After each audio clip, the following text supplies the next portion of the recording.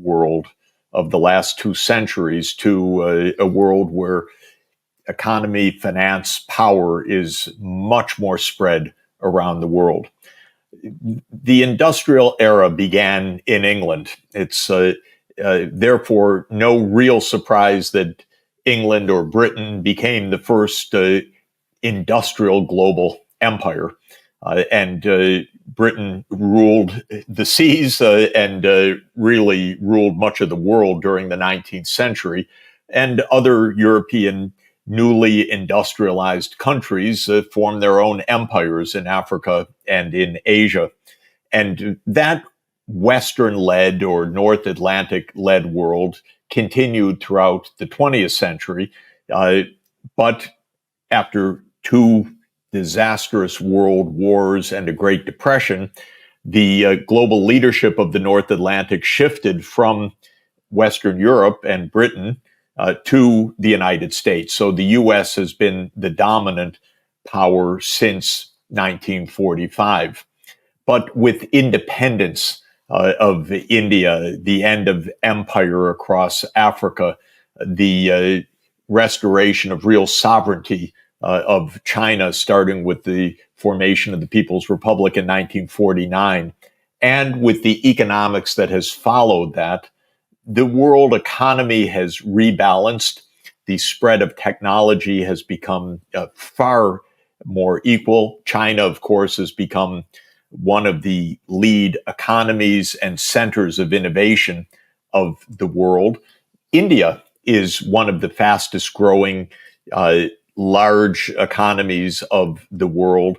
The world's changing. And for me, a notable point is that the BRICS countries, Brazil, Russia, India, China, and South Africa, now when measured at so-called international prices, have larger output than the G7 countries, than the United States, Canada, Britain, France, Italy, Germany, and Japan. So that's a notable change. All of this means we're moving to a multipolar world.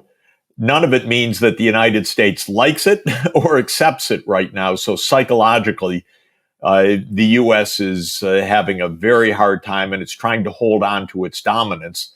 But that's just not possible in a world of diverse talents, skills, innovation, economy, when the U.S. is just 4% of the world population. Yeah, I get the feeling that a lot of people, especially in the West, have this idea that they might suffer under a multipolar order.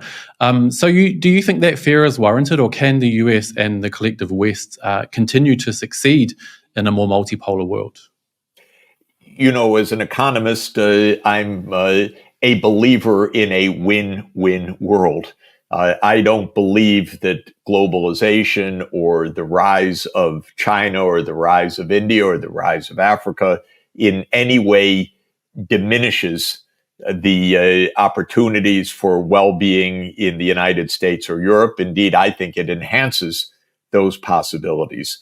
In any event, we need cooperation to face challenges like human-induced climate change.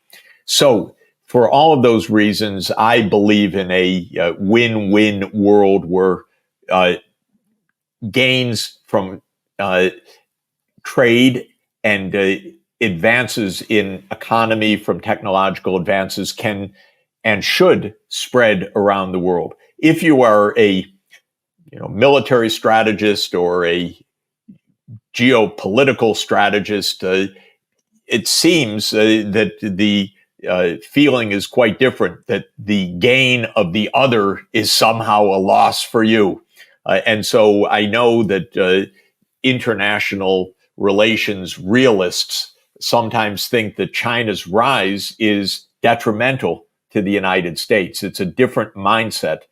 I think it's a dangerous mindset, actually, to think in that way, because it almost inevitably leads to confrontation and the real chance of deadly conflict. And so I want to emphasize the win-win nature of the world economy. It's not one region's gain necessarily at the expense of the other. Everybody can benefit from the advancement of know-how and technology and scientific understanding. I'm really crossing my fingers. I too am really pushing for a win-win kind of situation. Now, the US and China have gone through obviously a really rough patch in terms of relations of late, with Nancy Pelosi's provocative trip to Taiwan last year, to Balloon Gate, to these allegations of widespread genocide against the Muslim minorities in Xinjiang, to calls for war by 2025, to the Select Committee on so-called competition with the CPC. And of course, lately, we also have TikTok and the mainstream media's kind of feverish obsession with Yellow Peril 2.0, kind of painting China as this dark, dangerous, dirty dystopia. Why is it, do you think, that the US is seemingly so obsessed with tearing China down at the present moment? And what do you think it would take for those relations to improve? I think almost all of this is the result of China's success. The United States strategists and politicians didn't want a peer or a rival competitor, and then China showed up on the scenes as a large, successful economy that for 40 years plus, since 1980, has been one of the most dynamic parts of the world economy, and now at the cutting edge of many leading technologies. And I think the United States political class resents this, is fearful of it. The geostrategists who think in terms of zero-sum struggles think that China's advances to the detriment of the United States. Again, a mindset I don't believe and don't accept, and think is actually a very dangerous one.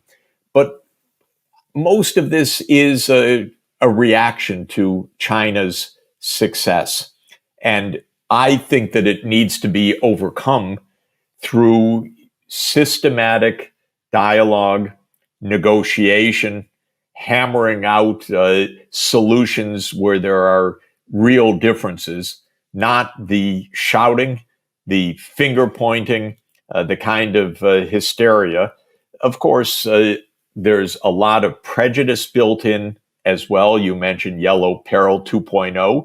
Well, there is some feeling wrong in the United States that if China has advanced, they must have cheated to do it. How could they be a competitor with us, after all? This is pretty ingrained and is wrong. I say to these people, get a passport, go take a visit, go learn something, read some history, understand the long sweep of history. I wrote a book in 2020 called The Ages of Globalization, in which China features for hundreds and hundreds of years as the world-leading economy, the source of major technological advances. I explain the swings that happened afterwards, but I see China's recovering a natural position as one of the world leaders in innovation and technology. And from my point of view, that's all to the good. But this is not the mindset right now. And I think we have to work hard so that the mindset of fear and zero-sum thinking doesn't overwhelm us and doesn't lead to open conflict, which it could. Now, speaking of having a passport and getting around, you've been to a few places. You've given economic advice to a number of governments, including those of Mikhail Gorbachev and Boris Yeltsin. And in Poland, you were awarded one of that country's highest honors, the Order of Merit, for authorizing a comprehensive plan to switch from a central planned model to the market economy. So I was wondering, based on your vast experience in that area, how you would summarize China's reform and opening up over the past 40-odd years. And do you agree with the idea that this country's witnessed kind of an economic miracle that's without precedent? China has been the most successful, sustained 40-year economic development and growth of any large economy in history. What's happened in the period since 1980 is extraordinary and extraordinarily positive. China went from being a society with most people living in poverty. The numbers depend on definitions, but 60% poor, some estimate 80% poor, to ending poverty in its extreme form by 2020. Well, that's a phenomenal achievement. And it reflects a mixed economic system, both market and state, private and public, a tremendous capacity to plan at the National Development and Reform Commission, among other institutions, the tremendous capacity to build infrastructure, thousands and thousands of kilometers of fast intercity rail, of roads, of a power system, and so forth, on a massive scale. And the Chinese economy lives on that physical infrastructure that connects the entire country. I've been watching this process closely since my first visit to China 42 years ago. So I came in 1981. China was very poor then. This was very clear just by looking at life as one would see it on the streets or in the shops. I've been visiting China frequently ever since 1981. And what has happened is absolutely extraordinary, hugely beneficial for China and beneficial for the whole world. So do you think then that China has achieved anything specifically in their poverty alleviation process that maybe other states might be able to emulate? Well, I say to my friends and governments in Africa that look at what China did over a 40-year period. Africa uses the date, interestingly, of 2063 as its reference point because 2063 will be the 100th anniversary of African unity and the foundation of the Organization of African Unity, the OAU, which is the precursor of the African Union. So they look to 2063. Here we are in 2023. Okay, 40 years. Think of China, 1980 to 2020. Think of Africa, 2023 to 2063. China provides an inspiration and in many important ways, a kind of roadmap. Invest heavily, build infrastructure, get the kids in school, make the quality education, make the real investments that build the capacity of the economy. It's not gimmickry that brought China to its current prosperity. It is heavy investments, large scale, over a long period with good planning, good public administration, and educating generations of Chinese young people in skills, in scientific capacity, and so on. So I think there's a lot that is a roadmap for other regions. Interesting. Now, to switch gears just a little bit, although kind of related, inflation has been a massive problem recently, but China's inflation rate is currently sitting at 1%, while the US is around 6% and the UK is about 10.4%, I think. In layman's terms, how is it that China is able to keep inflation so low, and do you think that rate will last? Well, the inflation that is being experienced in the US and Europe is the result of dislocations that came from COVID and from the Ukraine war and from the sanctions that were imposed by the US and Europe in the wake of the war, and from the policy choices that were made in response to these shocks, especially in the year 2020, when the pandemic broke out. The central banks of the United States and Europe issued a lot of credit, a massive expansion of the money supply. And that turned into inflation by 2022. And the disruptions of the global supply chains, first from COVID itself, but then from the war and the geopolitical tensions with China and the sanctions regimes, when combined with the money expansion, boosted the inflation. China didn't do the same thing. China didn't make this massive monetary expansion in 2020 the way the Federal Reserve did. And China is not experiencing the same disruptions that came from the sanctions regimes, which have in some sense, boomeranged on the sanctioning countries because it's disrupted their own supply chains. So I think this is partly the result of shocks and partly the result of policy choices, and I'd say some policy mistakes that were made in the West. There's no reason why this phenomenon has to be a global phenomenon in the same way. Now I kind of want to flip about 180 degrees. What do you think happened with Nord Stream? Well, Nord Stream was a project that the United States opposed from its inception. Nord Stream is the gas pipeline from Russia to Western Europe, and the United States said from the very start that Europe should not buy gas from Russia. I disagree with that analysis, but the US said, well, that will make Europe dependent on Russia. To my mind, it's not a matter of dependency, it's a matter of economics and trade. Russia has a lot of inexpensive gas. Europe has a great manufacturing capacity. Buying that gas is good for Europe's competitiveness and for production. And that's where the pipeline idea came from. But the U.S. hated the pipeline. The U.S. said, well, this makes Europe follow Russia's geopolitics and so forth. I think that this was not the right approach. But it all leads me to believe that the most likely scenario of Nord Stream is the U.S. blew it up because the U.S. hated the project. The U.S. warned that in the event of a Russian invasion, the pipeline would end. President Biden himself said that on tape on February 7th, 2022. And when the reporter asked, but Mr. President, that's an international project. How can you say it will end? He said, believe me, we have our ways. Well, I think we probably saw those ways with the destruction of the pipeline. It's not proved.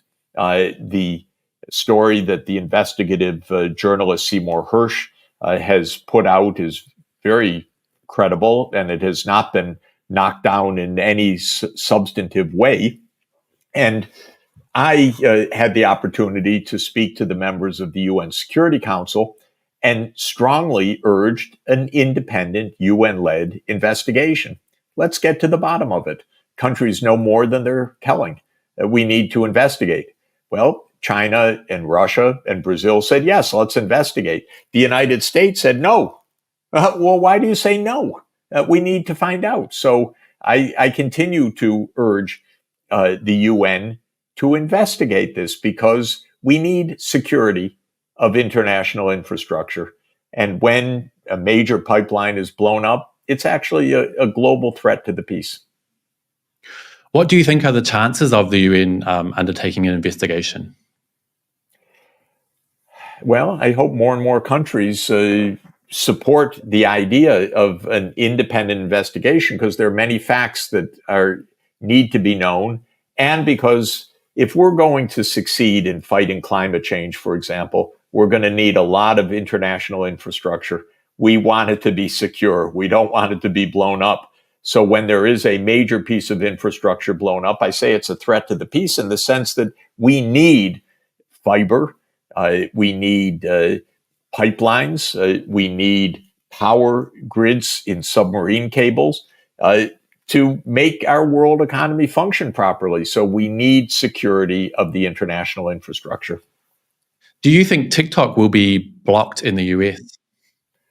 We're in a kind of mode of hysteria and panic and anti-China everything. So everything's possible.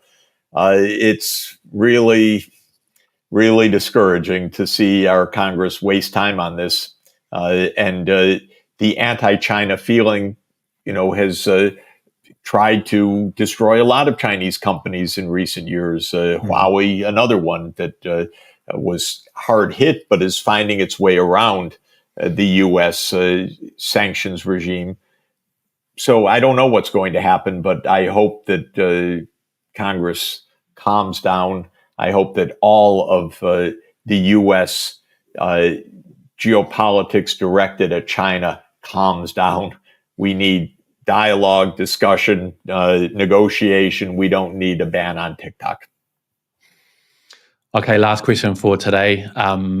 Is the US a dying empire, and is all the provocation and calls for war and smearing and so on evidence of the last, desperate throes of US hegemony? And if so, how can we keep safe and avoid nuclear war?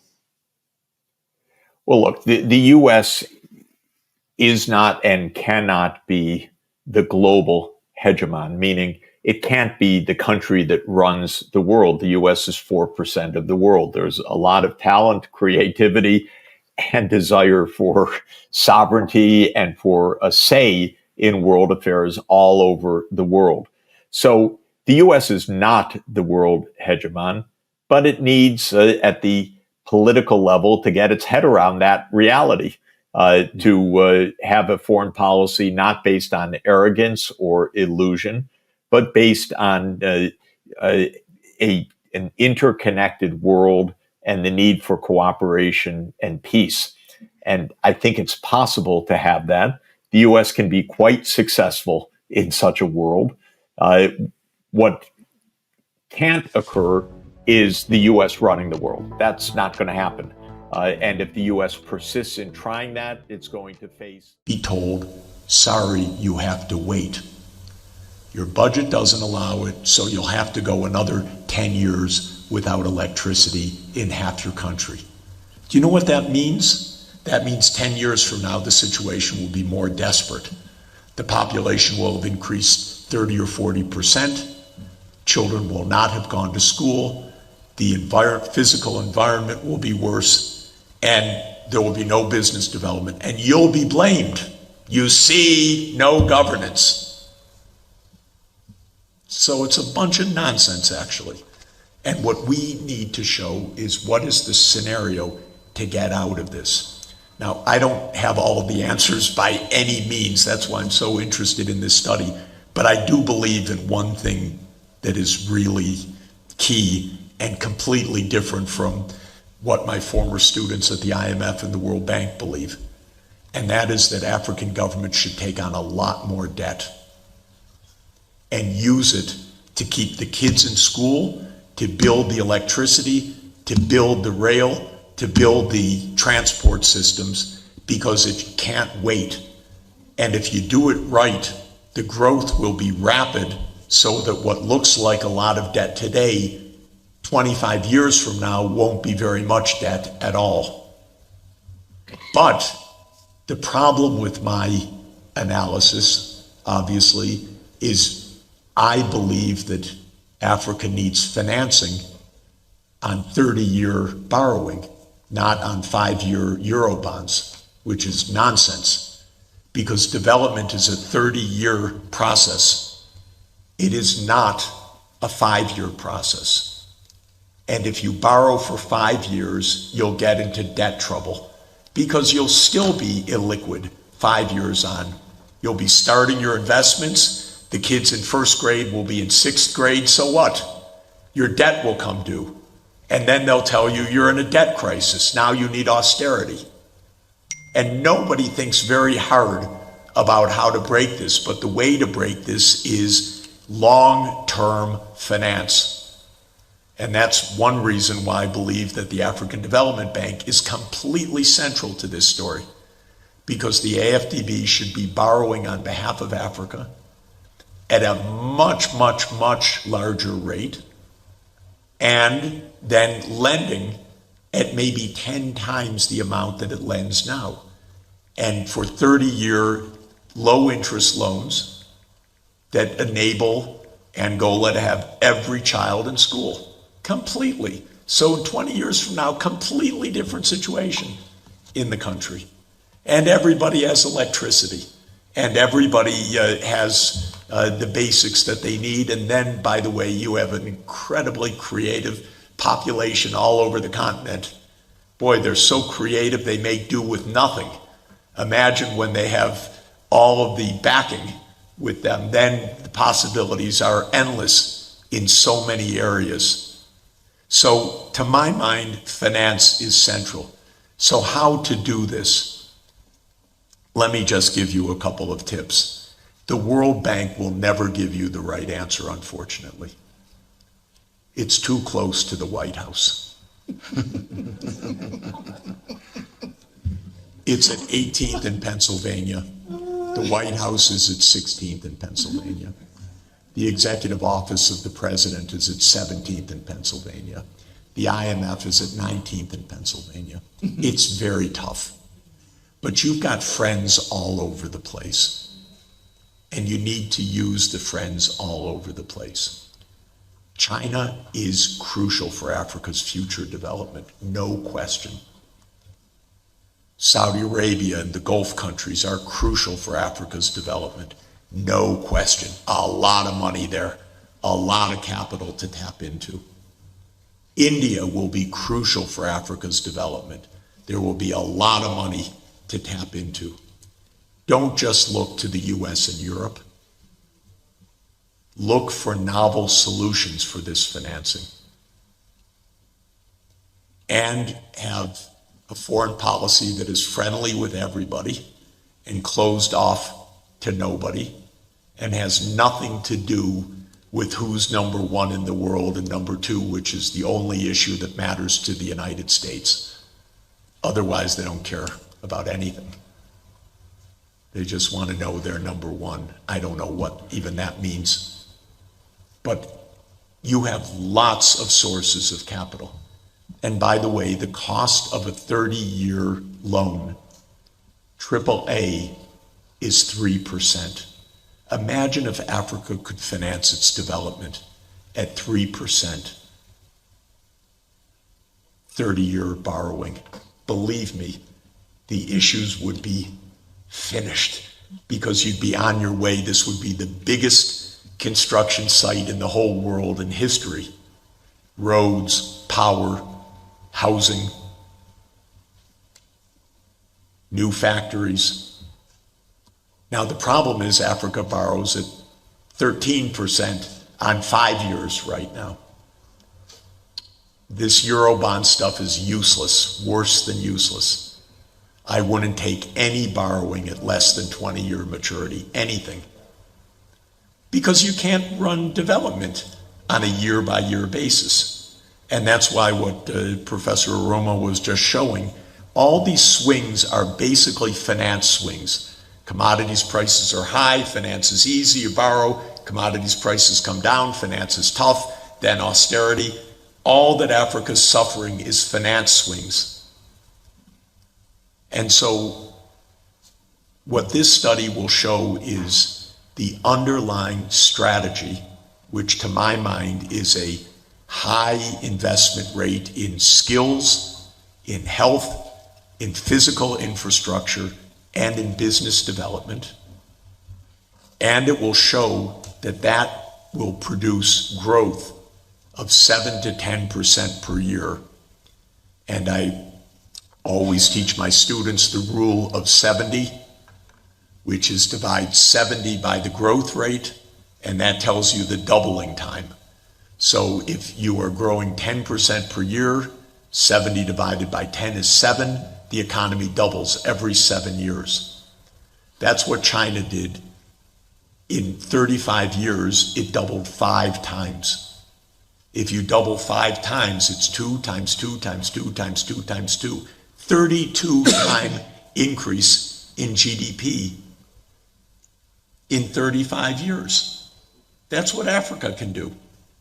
And then what looks like unpayable debt is nothing, because you divide by 35. What difference if it's 200% of GDP today, because the GDP is going to be 30 times larger in 30 years. But this way you'll have electricity, children in school, and the things that you need. So to my mind, that's what we're really, really about. And I'm convinced it's possible. I think the timing is right. I think the geopolitics are good. If it were still just a US-dominated world, I'd be more pessimistic. but the rise of China, the rise of India, the rise of Brazil as a regional power means you have lots of friends all over the place, lots of partnerships in business all over the place, lots of pools of capital. And I'd go to the Gulf and I'd say, we want you to put it into the African Development Bank and we'll leverage it 3 or 4 times and we will absolutely deliver the core infrastructure for the continent. So to my mind, this geopolitical situation combined with the increasing capacity and vision and determination of the African Union itself makes a circumstance that gives reality to a rapid growth scenario. And this project will be the first ever quantified rapid growth scenario to say this isn't just dreams. Here it is, statistical work absolutely based on known properties, on standard analytics, but showing a different path from the one that has been imposed by lack of imagination and lack of caring, and one that is now possible through this kind of high-level politics that's coming properly into shape. So I'm extremely excited by this work. Thank you. What Africa can achieve in the coming 40 years is what China achieved between 1980 and 2020. 40 years in which the Chinese economy grew roughly 35 times and went from poverty to a very strong economy, indeed by some measures the largest economy in the world. Africa has the same population as China, and it has the same potential as China. But it requires, obviously, a deep strategy to achieve this kind of result, because what China achieved resulted from a deep strategy. It was not something that just happened. It was something that was promoted by Chinese leadership, by the National Development and Reform Commission, by strategists over the course of 40 years. And this, I think, is Africa's challenge. I don't believe this can be viewed as one country at a time, even though each country has a very important role to play, because it will be the cumulative Africa-wide process that will carry each of the countries forward, help set improved policies, make financing available, and solve infrastructure problems. Africa needs an Africa-wide power pool. Africa needs an Africa-wide fiber network. Africa needs an Africa-wide transportation network, both highways and, I would say, especially fast rail. And that means that no country on its own can accomplish this. These are big projects. They require a lot of financing. They require a lot of cooperation among the countries. I think the progress that the African Union has made in the last 10 years is extremely important, because it is only in the last 10 years that the real idea of a single market and an integrated prioritization of Africa-wide infrastructure has come to the fore. So I think that the base for this kind of development really wasn't there 20 years ago. Individual countries could do their best, often surrounded by a lot of chaos in their neighborhood, but it was very hard to get this kind of long-term, rapid development. Now, I think what's crucial is that at the base, long-term rapid development comes from investments. And rapid growth comes from high levels of investment relative to the size of the existing economy. So to grow faster means to invest a higher proportion of GDP. What is crucial, though, to understand is that these investments are both public and private. So there's no possibility to say we're going to have private sector-led growth. That's not possible. Of course, private sector is crucial, but without the public sector, there's no private sector-led growth. And the reason is that there are really at the core 4 kinds of investments that need to be made. The first is physical infrastructure. Power, fiber, roads, transport, water and sanitation, urban infrastructure. And these are by and large public sector investments. Of course, the private sector can contribute, but I don't know of a single country where the private sector does this on its own, because these are monopoly sectors. So if you hear about the privatization of the utility sector, don't believe it. Nobody has a private utility sector. They may have private utilities that are publicly regulated, but this is a public investment, and that's crucial. The second investment is, and the most important fundamentally, is in human capital. First, basic health care, nutrition, healthy brain development, healthy child development. It's fundamental, obviously. And then children in school learning.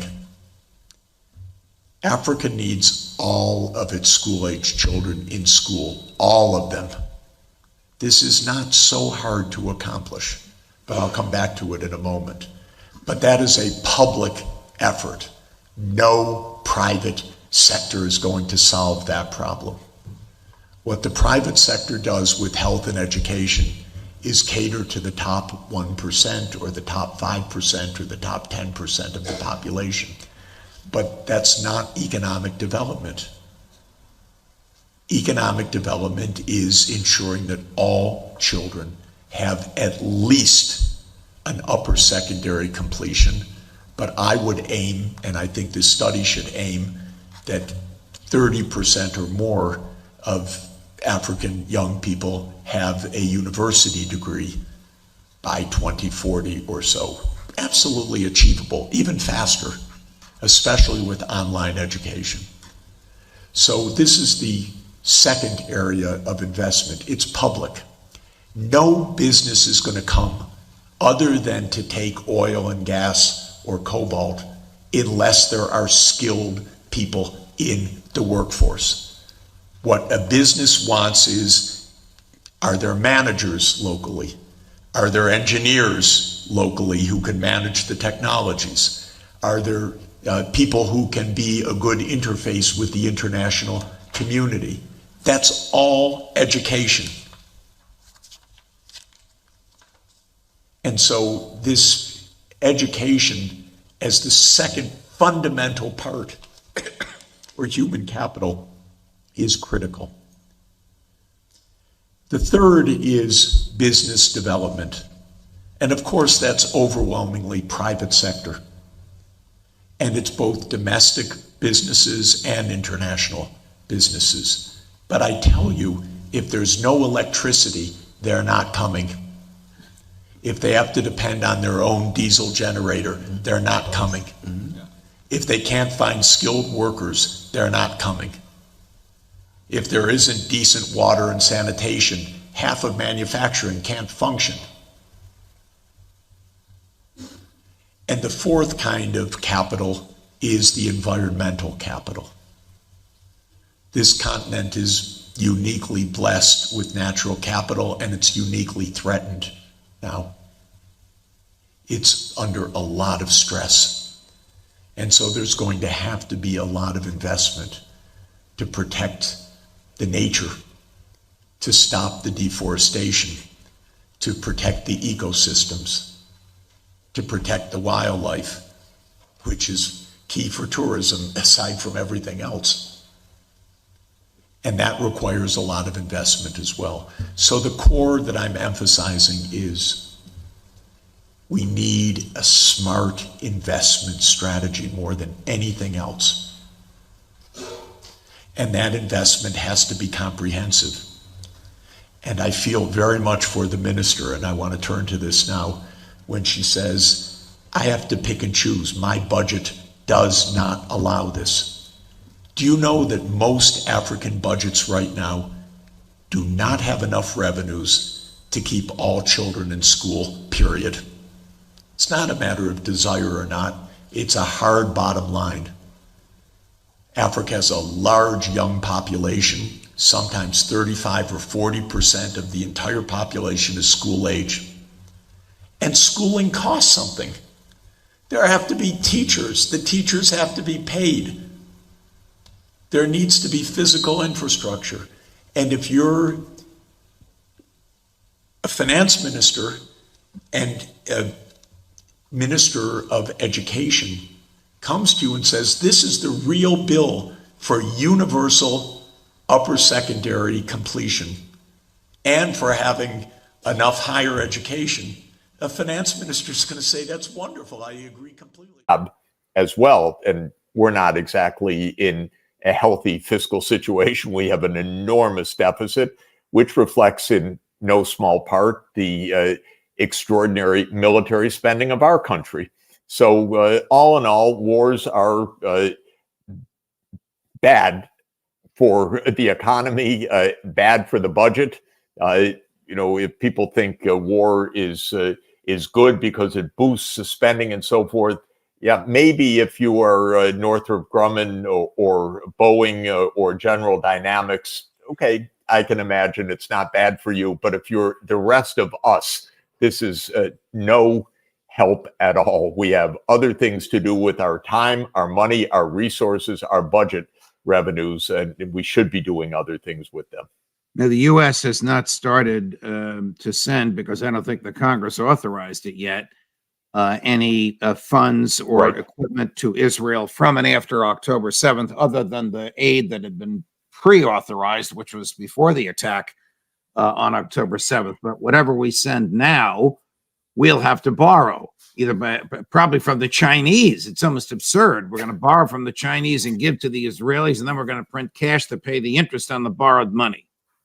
I think everybody understands that our public debt has soared to more than 100% of our national income. And on top of that rising mass of debt is the sharply higher interest rates. So suddenly the interest payments on the debt are not a footnote, but have become a very, very major part of our budget outlays.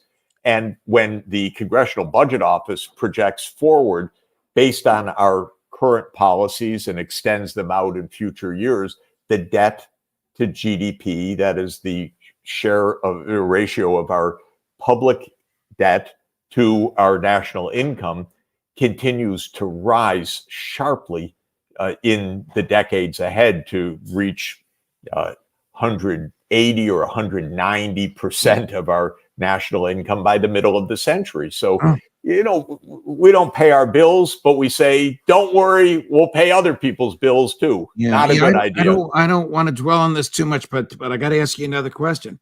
How long could the United States survive with a debt to GDP ratio like that? Well, we can survive, but it is very unhealthy because the interest payments will start swamping other things that we absolutely need to do in our society to have a decent society. It squeezes out everything else.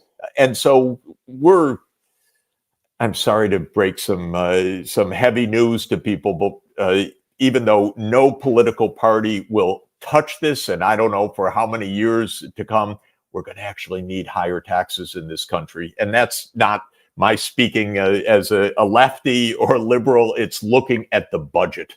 And so this is real for a long time, both parties completely pretended that it's not real. Both parties. The Republicans pretended you make a tax cut and we gain more in output so we don't even lose revenues. Okay, wonderful story. For the next fairy tale, we'll go someplace else. The Democrats basically took a different line. The debt doesn't really matter. We owe it to ourselves. Interest rates are low as far as the eye can see. Another fairy tale. And Right. so both parties have done this. But from 2000 till today, the debt in 2000 was about 35% of our national income. Now it's around 100% of our national income. You could debate a little higher, a little lower, depending on what's covered. That's striking. That's startling. That's the responsibility, or better said, the irresponsibility of both parties. Correct. That is war after war that has been funded out of borrowing. Correct. And now we want to fund other people's wars too. It's extraordinary. Correct. Are you satisfied that the plan of Prime Minister Netanyahu is to eradicate Gaza and the West Bank of all Palestinians? We don't know about the West Bank yet, but the result of the policies right now is absolutely ethnic cleansing in Gaza. They say, no, don't. Even, longtime colleagues and friends of mine in Israel, how dare you use that expression? Well, if you destroy half the housing in northern Ghana, you've cleansed the region. If you have pushed hundreds of thousands of people south and then announce, as they're doing right now, we're moving into South Gaza, what else can you call it? This is not a hunt for Hamas. This is destroying Gaza. And we know that there are people in the Netanyahu cabinet who are vulgar and explicit on these points. And it's unbelievable incitement. It is war crimes as far as I'm concerned. And I think legal specialists are going to be finding that. It's horrific. And it's ongoing. I don't know if you know of or have ever met this retired Israeli Major General Giora Eland, E-I-L-A-N-D. Major General Eland is the former head of the National Security Council and current advisor to the defense minister and to the prime minister, who sees no difference between the Hamas fighters and the civilian population. And that's the advice that he's giving on a daily basis to the defense minister. He's come just one word short of the phrase ethnic cleansing or the word genocide. Quite frankly, I'd never heard of him until one of our colleagues sent me a piece which quotes a speech that he gave just the other day. And the finance guy, Smotrich, I think I have his name right. That's right.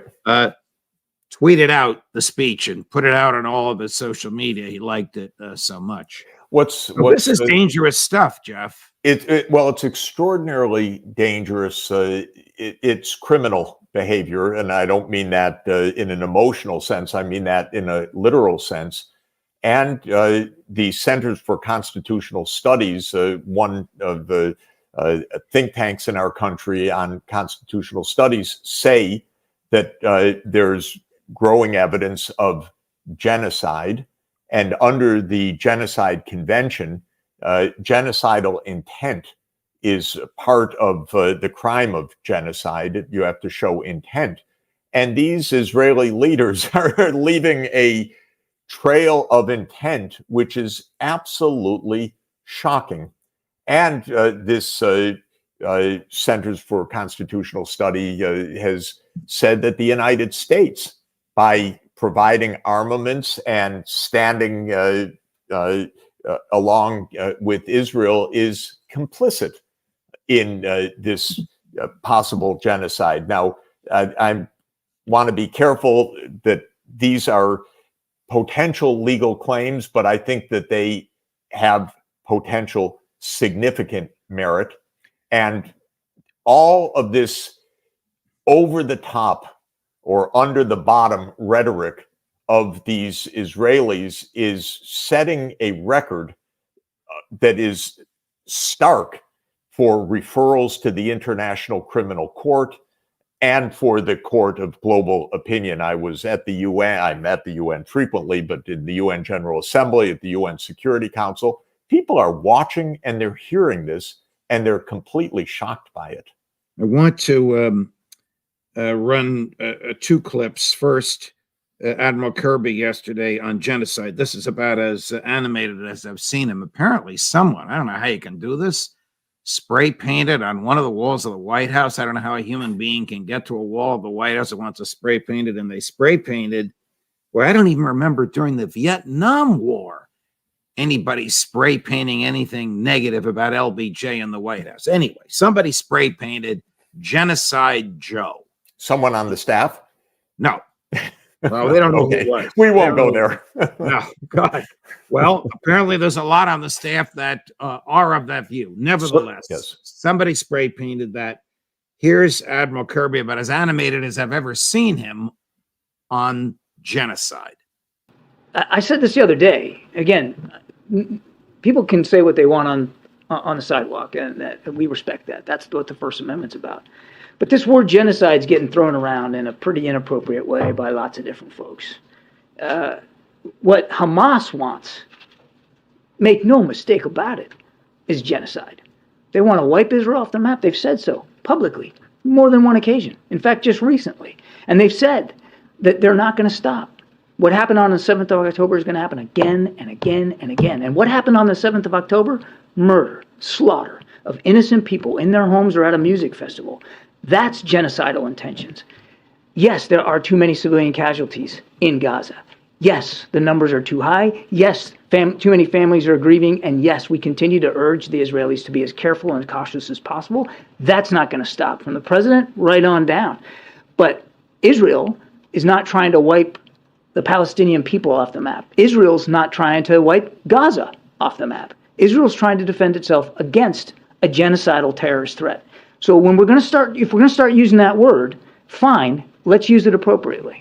I'm convinced that he's incorrect, that Israel does want to wipe Gaza off the map, that it does want to remove the Palestinian people from what Israel claims is greater Israel, whether they're civilians, women, children, poor, young, old, or not?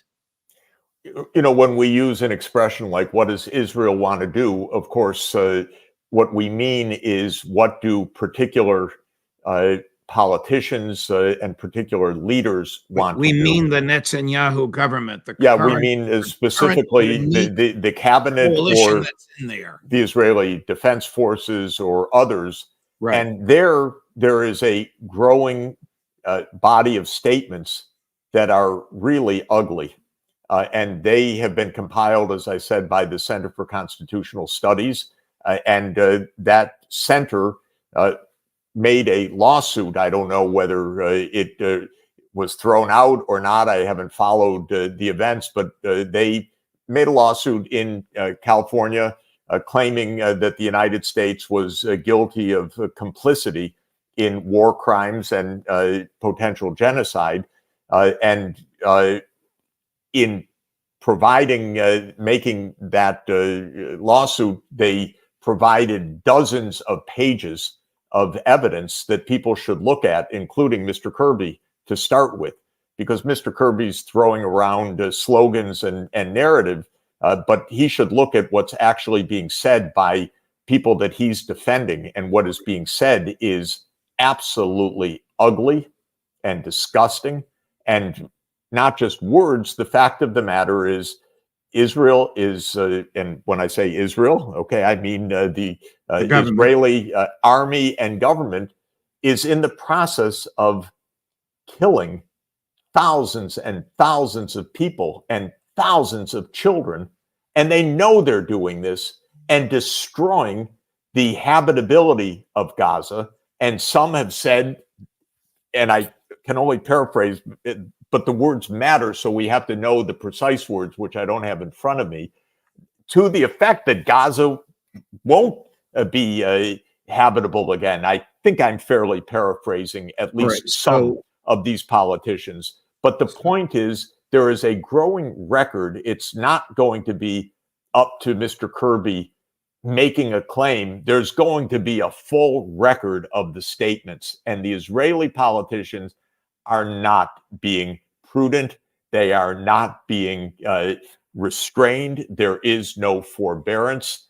Many of them are absolutely speaking in the worst, most intemperate, insightful, and hateful ways. And it's completely distressing. But more than that, it is establishing a record that they will really regret of having said it this way. You recently gave a compelling and articulate statement to the United Nations. I didn't know that private citizens, I realize the high regard that world diplomats have for you, but I didn't know that private citizens got to address the United Nations. But you did, and I read it, and many of us read it. But isn't the United Nations effectively toothless to stop this when the United States is going to veto anything that comes out of the Security Council that purports to admonish Israel? What I said with this great honor of addressing the UN Security Council is that the UN Security Council, under the UN Charter, has all the teeth it needs to bite into these wars and actually end them, because it has the power to deploy armies, peacekeepers, sanctions, to make referrals to the International Criminal Court, and to do many other things, because in the wisdom of the founders of the United Nations in 1945, under Chapter 7 of the UN Charter, the UN Security Council is empowered to keep the peace. So what I called on them to do is, especially for the P5 countries, those with the veto, that's the United States, China, Russia, UK, and France, to work together to end these wars, because these wars are not in America's interest, nor in the interests of any one of the P5 countries. And if they work together, rather than grandstanding or vetoing, they have all the tools they need to end 4 wars that I talked about yesterday: the Israel-Gaza war, the Ukraine war, the war in Syria, and the war in the Sahel of Africa. All of them could be stopped immediately by the cooperation of the United States, China, Russia, UK, and France. And people say, oh, it's impossible to get cooperation. But the fact of the matter is, it's the United States which is standing alone in evading responsibility. And it's the United States. So weird. It's not Russia. It's not China. It's not anyone else. Was the U.S. ambassador to the United Nations there when you spoke, Professor Sachs? She was right across from me. I was staring her in the eye. She was staring me in the eye. I haven't had a chance to talk to her since then, but absolutely, she was right across the table. And I hope that she heard, because what I was saying was not a wish list of wouldn't the world be nice if. I was pointing out for 4 wars how to end them now in that chamber, because wars can be ended by diplomacy, not only on the battlefield. But for diplomacy, you have to accept a diplomatic outcome. And that's, for example, Israel doesn't want to accept a diplomatic outcome of what every UN Security Council resolution has called for, which is political rights for the Palestinian people. So it bombs, levels Gaza, kills thousands or possibly tens of thousands of people before this is over, because it doesn't want a diplomatic outcome. But what about the United States? The U.S. professes to want a diplomatic outcome. Right. President Biden said at the end of this is a two-state solution. So I said very practically, and it is practical, it's not some kind of dream, declare a state of Palestine now. The UN Security Council has the tools to do this, but the United States blocks the use of those tools. So instead of President Biden saying, oh, it's at the end of this, after how many thousands of children are killed, he could say it today and stop the killing. So get on with it already. Let's just talk big picture for a minute, because your life's work has been in this. What is the value of international law if there is no mechanism for enforcement of it? Again, international law is our saving grace. And we have the mechanisms to use it. We can deploy sanctions, we can deploy peacekeepers, we can do many powerful things. But if the United States blocks it, then it doesn't work. So this is up to us to use international law effectively. The laws on the books right now, those are UN Security Council resolutions, have everything in them to make peace. It's all a matter of enforcement. And the point I was making yesterday is the United States is blocking enforcement. Now, why do we do that? We do that because we think we're so powerful, we're so mighty, that we don't have to use international law. We just get our way. What way exactly are we getting right now? Trillions of dollars of wasted money on wars, hundreds of thousands or millions of people dying if you add across these wars uselessly, endangering United States security around the world. What exactly are we getting by not sitting down with China, Russia, UK, and France to settle these wars? We're not getting anything out of this. That's the plain fact. And that's, I think the American people are understanding this more and more. They're, interestingly, in the opinion polling, President Biden shows up at the bottom on foreign policy. People don't believe that there's any coherent foreign